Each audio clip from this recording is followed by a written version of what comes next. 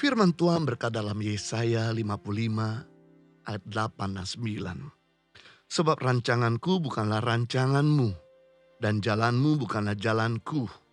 Demikianlah firman Tuhan. Setingginya langit dari bumi, demikian juga tingginya jalanku dari jalanmu dan rancanganku dari rancanganmu. Memang seringkali rencana Tuhan itu berbeda dengan rencana manusia. Rencana kita itu baik, tapi rencana Tuhanlah yang terbaik. Ambisi kita itu baik, tapi ambisi Tuhan yang terbaik. Jalan Tuhan itu baik, tetapi jalan Tuhanlah yang terbaik.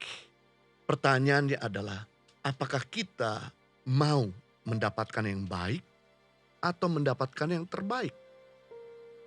Rancangan Tuhan itu memang tidak terduga, tapi seringkali berat untuk kita jalankan. Tetapi ujungnya selalu damai dan indah. Yang penting di sini adalah kita mau menaklukkan kehendak kita dan mengutamakan kehendak Tuhan. Saya mau bagikan ada 3 prinsip rancangan Tuhan. Yang pertama, rancangan Tuhan itu lebih membangun karakter. Sedangkan rancangan manusia itu lebih membangun kehidupan jasmani. Rancangan Tuhan itu lebih fokus kepada manusia batinia. Sedangkan rancangan manusia itu lebih fokus pada penampilan atau hal-hal dunia. Rancangan Tuhan itu fokus pada kekekalan. Sedangkan rancangan manusia itu fokus kepada kekinian. Contoh, dalam memilih pasangan hidup, manusia lebih cenderung memilih pasangan yang cakep, smart, lebih banyak uang, lebih banyak titel, atau lebih banyak jabatan. Sementara rancangan Tuhan itu lebih fokus kepada kecantikan batinia. Itu sebabnya Tuhan lebih memprioritaskan karakter daripada karisma. Tuhan bahkan kalau memilih seseorang itu lebih mengutamakan inner beauty daripada penampilan luar. Ketika Tuhan mencari raja untuk menggantikan Saul, Tuhan pakai Samuel untuk mencari yang diurapi. Di situ kita bisa melihat bahwa ternyata Tuhan lebih memilih Daud daripada kakak-kakaknya, sekalipun kakak-kakaknya lebih gagah, lebih cakep daripada Daud. Karena Daud itu punya inner beauty lebih baik daripada kakak-kakaknya. Hati Daud tuh lebih lembut untuk dibentuk. Hati Daud tuh mau bertobat, mau mengikuti maunya Tuhan. Penting di sini untuk menggapai rencana Tuhan, kita harus fokus untuk membangun karakter daripada sekedar penampilan, daripada sekedar karisma. Karisma baik, tapi karakter lebih baik. Karakter itu sifatnya memuliakan Tuhan, sedangkan karisma itu sifatnya memuliakan manusia. Karisma itu menghantar kita ke puncak, tapi karakterlah yang mempertahankan kita ada di puncak. Penting juga ketika kita mencari teman hidup atau sahabat, bukan fokus pada wajahnya yang cakep, hartanya yang banyak, followernya, bukan fokus kepada titelnya, tapi fokus kepada apakah dia cinta Tuhan atau tidak. Apakah dia berintegritas atau tidak. Apakah dia rendah hati atau tidak. Apakah dia baik hati atau tidak. Apakah dia setia atau tidak. Makanya amat sukar kalau kita itu cari pasangan hidup yang cuma penampilan, karisma. Ketika kita susah, dia akan meninggalkan kita. Tapi kalau kita cari pasangan hidup atau teman atau sahabat yang punya karakter, ketika kita down dia akan support kita sampai kita bangkit. Dan juga di sini penting kalau kita mencari sahabat, carilah sahabat yang bukan bersifat duniawi. Yang bisa menjauhkan kita dari rencana Tuhan. Tapi kalau kita mau mencari sahabat, carilah sahabat yang punya karakter, yang bisa mendorong kita mendekatkan diri kita kepada rencana Tuhan. Kalau kita salah pilih teman, salah pilih pasangan hidup, justru membuat rencana Tuhan itu bisa batal karena dia mendorong kita jauh daripada rencana Tuhan.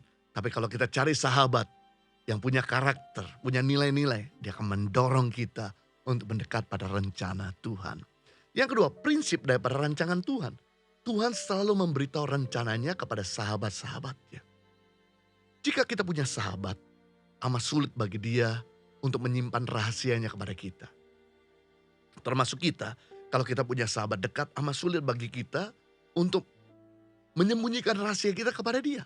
Pasti kita akan expose, pasti kita akan memberitahu rahasia dan bahkan kelemahan diri kita.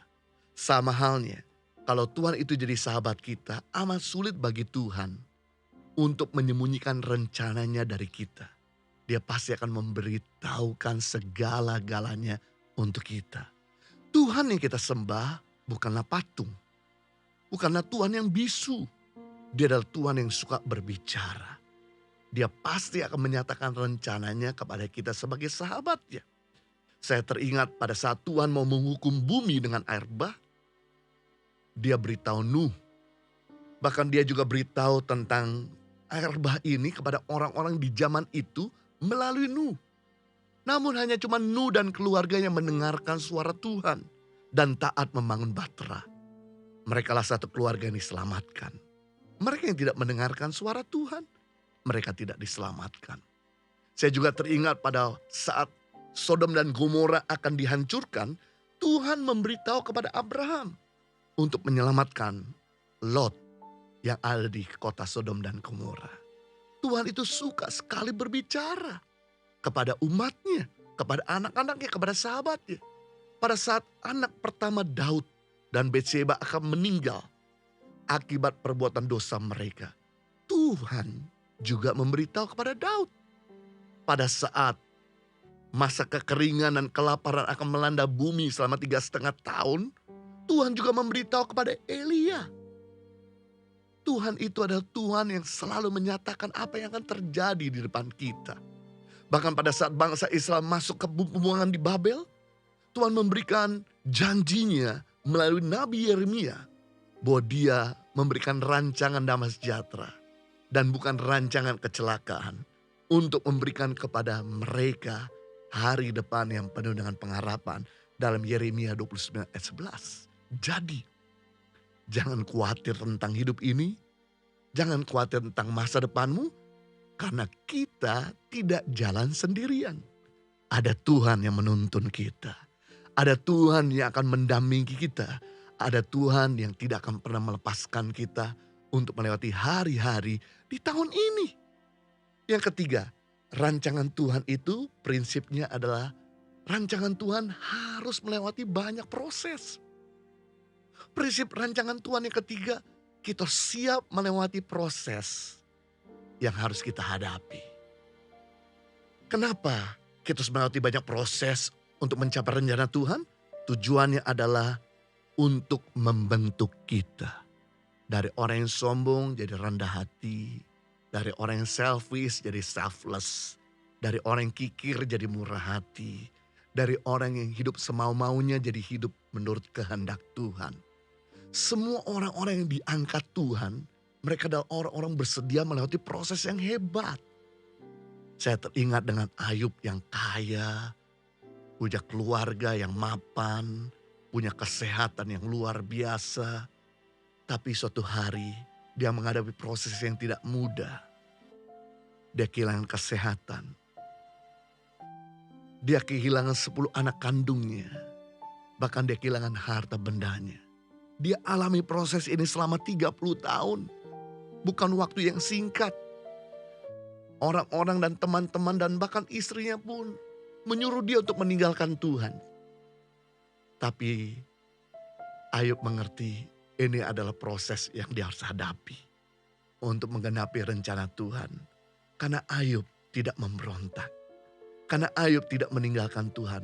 Maka Tuhan memulihkan keadaan Ayub 2 kali lipat lebih baik daripada sebelumnya.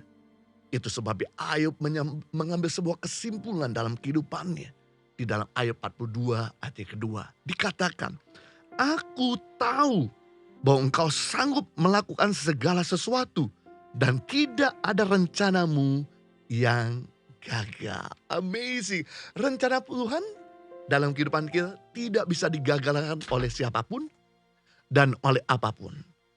Sekalipun kita melewati banyak proses, rencananya pasti akan tergenapi dengan sempurna jika kita tidak menolak untuk diproses.